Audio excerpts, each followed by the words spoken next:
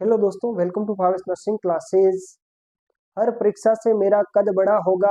हर परीक्षा से मेरा कद बड़ा होगा। गिरेगा वही जो कभी अपने पैरों पर खड़ा होगा। गिरेगा वही जो कभी अपने पैरों पर खड़ा होगा।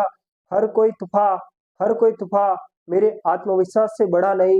मेरे आत्मविश्वास से बड़ा नहीं। जीतेगा वही जो कभी हार से लड़ा होगा। जीतेगा वही जो कभी हार से लड़ा होगा। अब अपन स्टार्ट करते हैं। मेंटल हेल्थ नर्सिंग के बारे में अपन पढ़ेंगे। आज अपन पढ़ेंगे कंपोनेंट ऑफ माइंड का फिफ्थ कंपोनेंट इमोशन। तो इमोशन क्या होता है वो अपन समझेंगे। नॉर्मल लाइफ के अंदर अपन इमोशन का मतलब यही समझते हैं कि sadness of mood.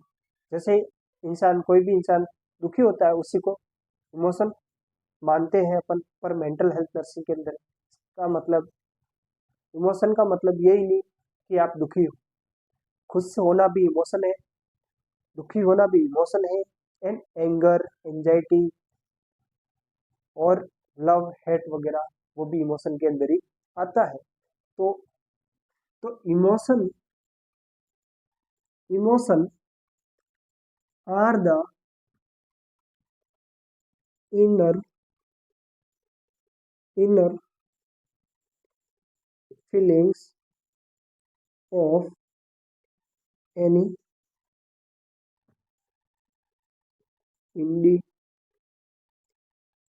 Individual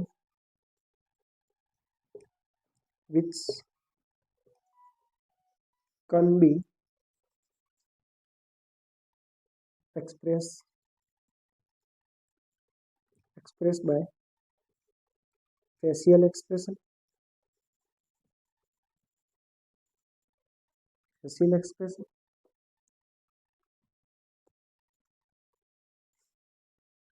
gesture,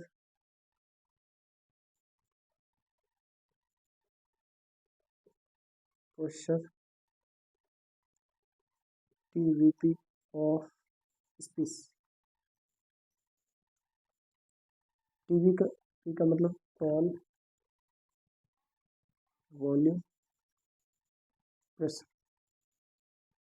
tone, volume, pressure TVP का फुल फॉर्म है। तो emotion are the inner feeling of any individual which can be expressed by facial expression, gesture, posture and tone, volume of speech। तो किसी भी व्यक्ति द्वारा उसकी जो भी इनर फीलिंग होती है वो एक्सप्रेस करता है किसके, फेशियल एक्सप्रेशन के द्वारा। उसका फेस देख के अपन पता करते हैं, या फिर गेस्चर, किस तरह से वो व्यवहार कर रहा है, उसका गेस्चर कैसा है, पोस्चर वो किस तरह से खड़ा है, एंड टोन, वॉल्यूम, प्रेशर किस तरह से वो बोल रहा है, उसके स्पीच का प्रेशर कैसा है। इसके द्वारा अपन समझते हैं उसका इमोशन। तो ये होता है इमोशन। तो इमोशन को अब अपन देखेंगे, इमोशन को कैसे अपन एक्सप्रेस करते हैं। तो emotion emotion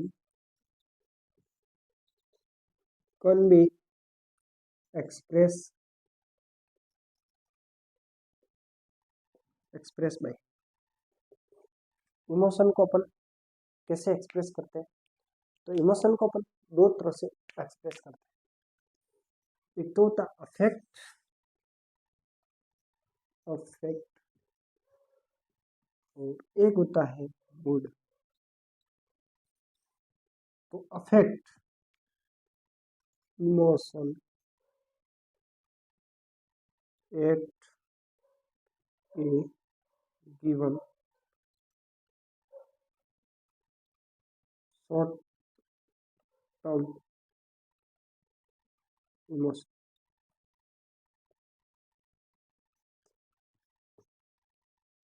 emotion at a given या शॉर्ट टर्म इमोशन। तो ये हो गया long term emotion. Long term emotion. तो इमोशन को अपन दो तरह से एक्सप्रेस करते हैं, एक अफेक्ट एट ए गिवन और शॉर्ट टर्म इमोशन। और मूड का मतलब होता है लॉन्ग टर्म इमोशन। तो अपन समझेंगे अफेक्ट, जैसे कोई अपना फ्रेंड है जो 2 मिनट के लिए तो खुश हो जाता है, 2 मिनट के बाद वो रोने लगता है, तो वो हुआ अफेक्ट। अफेक्ट का मतलब हुआ शॉर्ट टर्म इमोशन। बहुत ही कम ड्यूरेशन के लिए जो भी इमोशन होता है वो अफेक्ट कहलाता है। और मूड जो लॉन्ग टर्म, जैसे अपना कोई फ्रेंड है, लॉन्ग टाइम से जैसे 6 से 7 दिन से वो सैड ही है, या फिर पूरे दिन खुश ही रहता हो, तो वो होता है मूड।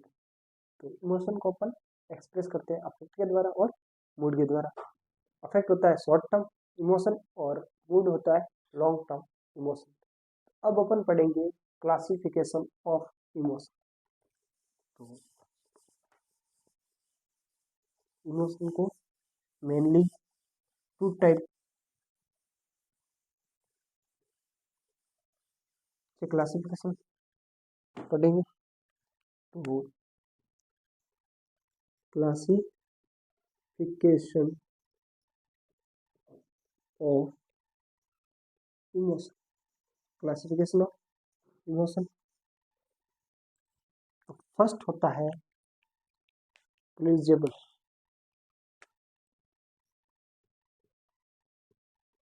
प्लीजेबल, प्लीजेबल इमोशन। और एक होता है अनप्लीजेबल,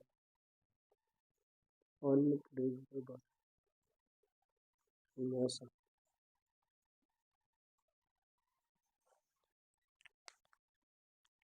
एक होता है प्लीजेबल और एक होता है अनप्लीजेबल। और प्लीजेबल का मतलब होता है इमोशन ऑफ हैप्पीनेस और अनप्लीजेबल का मतलब होता है इमोशन ऑफ सैडनेस। तो ये तो हो गया इमोशन ऑफ हैप्पीनेस, हैप्पीनेस।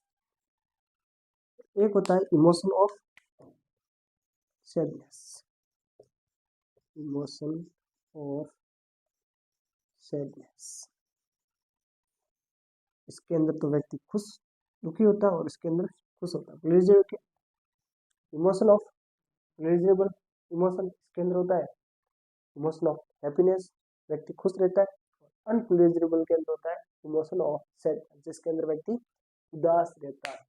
तो ये हो गया अनप्लेजरेबल और प्लेजरेबल इमोशन। और अदर टाइप में देखेंगे अदर्स,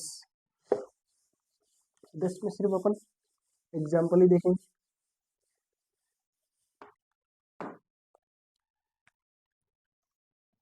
अदर्स, थर्ड है अदर्स इमोशन, अदर्स के अपन एग्जाम्पल ही देखेंगे। जैसे एंजाइटी, लव, हेट, ये भी इमोशन के अंदर काउंट होते हैं। और एंगर, क्रोधित होना, हेट, लव, एंजाइटी, ये भी इमोशन के अंदर ही काउंट होता है। तो आज अपन ने पढ़ा इमोशन और किससे अपन एक्सप्रेस करते हैं वो भी अपन ने देखा, मूड और अफेक्ट के द्वारा। और उसके बाद अपन ने देखे क्लासिफिकेशन ऑफ इमोशन, इसके अंदर प्लेजेबल इमोशन और अनप्लेजेबल इमोशन। प्लेजेबल का मतलब होता है इमोशन ऑफ हैप्पीनेस और अनप्लेजेबल का मतलब होता है इमोशन ऑफ सैडनेस। और थर्ड क्लासिफिकेशन है अदर्स इमोशन, इसके अंदर एंजाइटी, लव, हेट, एंगर सब इसमें आ जाते हैं अदर्स इमोशन के अंदर। अब अपन देखेंगे डिसऑर्डर ऑफ इमोशन। तो अपन बोल सकते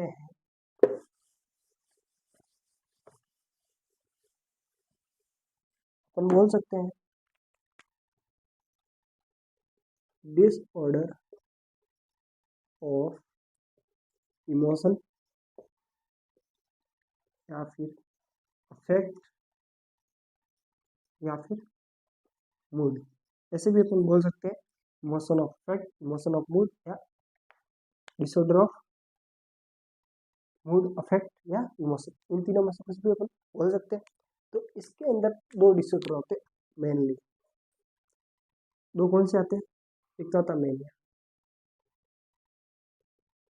और एक आता है डिप्रेशन, डिप्रेशन। तो ये कोई व्यक्ति, मान लो किसी भी व्यक्ति के अंदर सीरोटोनिन का लेवल इंक्रीज होता है तो वो मेनिया का पेशेंट होगा। यदि डिक्रीज होता है सीरोटोनिन का लेवल तो होता है डिप्रेशन। या फिर डोपामिन डोपामिन का लेवल, डोपामिन एक न्यूरोट्रांसमीटर है और इसका भी यदि लेवल इंक्रीज हो रहा है तो मेनिया का पेशेंट होगा और डिक्रीज हो रहा है तो डिप्रेशन के अंदर कोई भी व्यक्ति जाएगा। तो ये है डिसऑर्डर ऑफ इमोशन जिसके अंदर मेनिया और डिप्रेशन आते हैं। तो अपन इसको डिटेल में पढ़ेंगे, मेनिया क्या होता है, डिप्रेशन क्या होता है। इसमें अपन को यही समझना है कि इमोशन के डिसऑर्डर कौन कौन से। तो इसके अंदर आ गया मेनिया और डिप्रेशन, ये है इमोशन का disorder. Thanks for watching this.